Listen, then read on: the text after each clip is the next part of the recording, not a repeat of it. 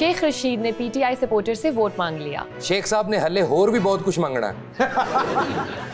यही हाल रहा तो एक दिन सिगार भी मांग लेंगे। मैं कहता हूँ सिगार तो छोटी चीज है, जैसे वो बार बार पकड़ धकड़ का शिकार हो रहे हैं, वो हवालात के अंदर से चार्जर भी मांगेंगे।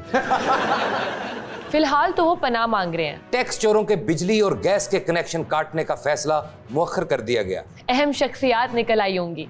जाहिर है आम आदमी होता तो कनेक्शन भी काट देते और जाते हुए मीटर भी नाल ही ले जाते। कनेक्शन काट भी ले तो क्या, ना बिजली आती है ना गैस। चलो इसी बहाने रिश्तेदारों का भरम तो रह जाता है कि अगर गैस आंधी होती तो मैं तेनू चाह पियानी सी। भारत में सेलिब्रिटीज की डीप फेक वीडियोस बनाने का सिलसिला जारी। सचिन तेंदुलकर भी शिकार बन गए। इसका मतलब है डीप फेक एक हकीकत है। मैं समझ रहा सा कासम दे अब्बू एवं कही जा रहे हैं। ऐसे एलिमेंट्स को सख्त सजा देनी चाहिए। लोगों पे कीचड़ उछाल रहे हैं। सचिन तेंदुलकर तो हर क्रिकेट लवर के हीरो हैं। ये तो शुक्र है कि वीडियो में सिर्फ जुआ ही खेल रहे थे। आपको क्या पता, एक जनरलमैन के लिए ये बात भी बहुत बड़ी होती है। इलेक्शन से मुतल्लिक सियासतदानों के मुख्तलिफ बयानात ने आवाम को कंफ्यूज कर दिया। इलेक्शन होंगे या नहीं, हो ना हो हमें क्या फायदा, ये मैं नहीं आवाम कह रही है। आप भी तो आवाम ही हैं, एलियन थोड़ी हैं। वो कनेडियन है, कनेडियन। ओह माय गॉड, हमारे जो बच्चे यहाँ पे रहते हैं वो हमसे ज्यादा, वो आपसे ज्यादा अमेरिकन है। नहीं नहीं, उर्दू नहीं आती। वो बकरी गल घर सवेरे सवेरे कहती अम्मी मैं चाह पराठा ही खाना है। परांठा खबर पढ़ने का तरीका है यार, बंदे ने बुला के बेइज्जती कर रहे हो।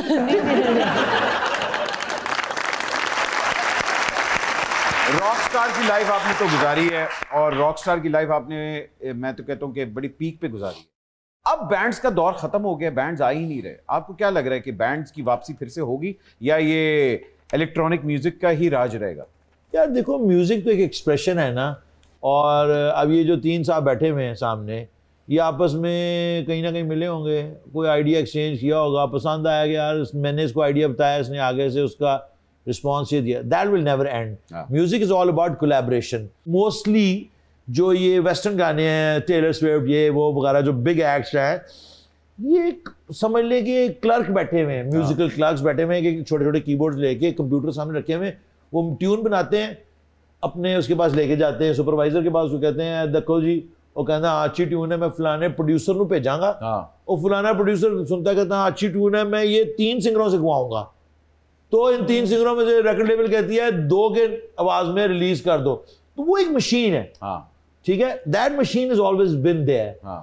कभी वो आपकी पॉप इंडस्ट्री है, उसने वो करना ही वहाँ एक पिंक फ्लॉयड ने आज से 50 साल पहले एक एल्बम बनाई थी, wish you were here, come on here dear boy have a cigar, you gonna go far, you gonna fly high, you never gonna die, you gonna make it if you try, you gonna love you.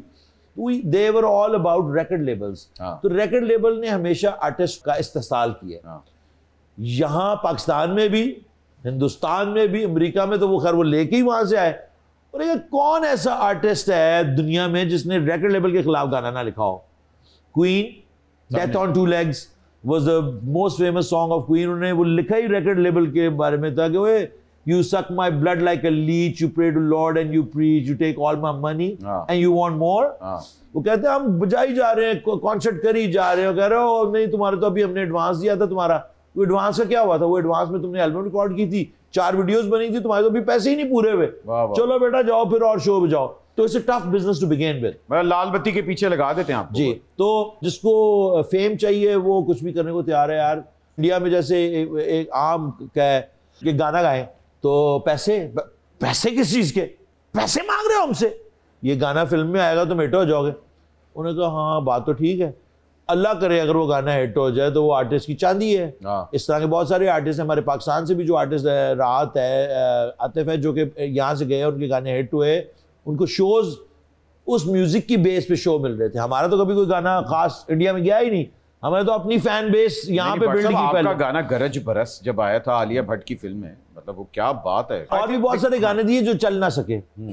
एक film थी सुधीर मिश्रा की, बहुत जबरदस्त उसने film बनाई थी, उसमें जावेद बशीर ने और मैंने गाना गाया था, तोरे नैना, क्लैश एंड फोक का गाना था, वो मैंने उनको दिया, वो फिल्म रिलीज ही नहीं हुई।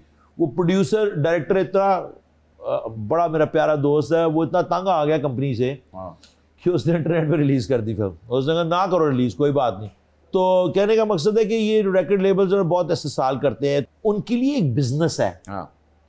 वो आज आया, ये गाना अगले 2 हफ्ते रेडियो पर डम डम चलेगा, लोग तंग आ जाएंगे, they will never want to listen to that song again. उसके बरक्स ज़ेपलिन का स्टेयरवे टू हेवन या बीटल्स का लेट इट बी, वो अभी तक चले जा रहे हैं। लेकिन जब वो गाने आए थे तो लोगों ने कहा था ये क्या बकवास है। और वो फिर बोहेमियन रैप्सोडी सबसे बड़ी एक मिसाल है गाना, वो पता नहीं को 8 साढ़े 8 9 मिनट का गाना है, तो उन्होंने कहा की गा रहा भाई तू पागल हो गया। इटालियंस का भी मजाक उड़ा था ना, ओपरा गा रहा था बीच में, रॉक गाने के बीच में ओपरा। उन्होंने कहा निकलो यहाँ से बाहर। लेकिन वो क्रिएटिविटी, वो इतने हेड स्ट्रॉन्ग थे, उन्होंने कहा यार हमने यही बनाना है, ना मिले रिकॉर्ड लेवल।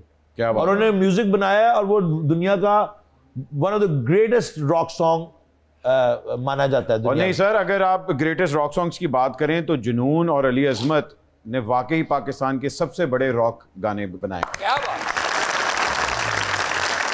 186 गाने बनाए हैं हमने आज तक, 186 192 गाने। 1988 से मैं कर रहा हूँ काम, तो 186 तो नहीं हिट हो सकते, ठीक है। उनमें से चलो यार 35 सालों में अगर 10 गाने भी हिट हैं तो हमारे लिए बहुत सारा मवाद है वो।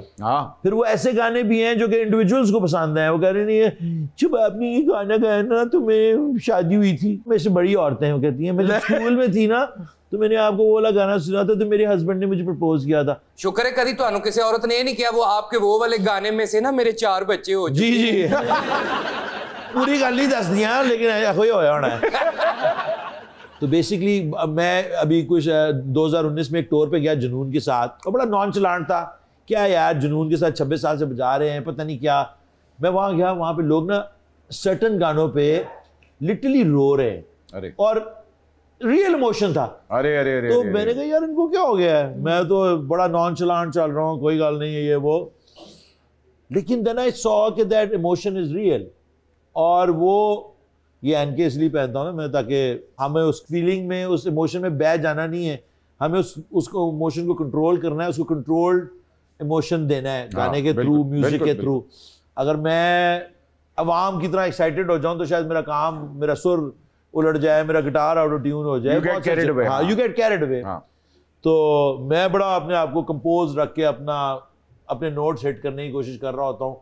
आधा टाइम तो ये होता है कि आवाज खुली हुई है, जो मैंने गाने के नोट गाने हैं वो तो टक टक टक ये वाला नोट नहीं गा सकता, तो आप अपने प्रेशर में चल रहे होते हैं। बिल्कुल। लेकिन वहां पे लोगों को कोई फर्क नहीं कि आप टेक्निकली सही गा रहे हैं कि नहीं गा रहे हैं, आपको अपनी पड़ी हुई है।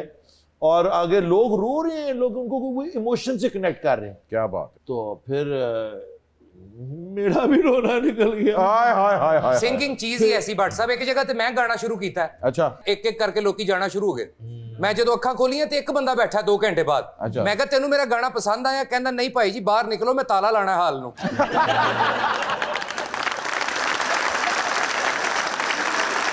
जी उस दिन किसी ने बड़ी मजेदार बात की कि जी कि चाहत अली खान साहब का कॉन्सर्ट है, फ्री है।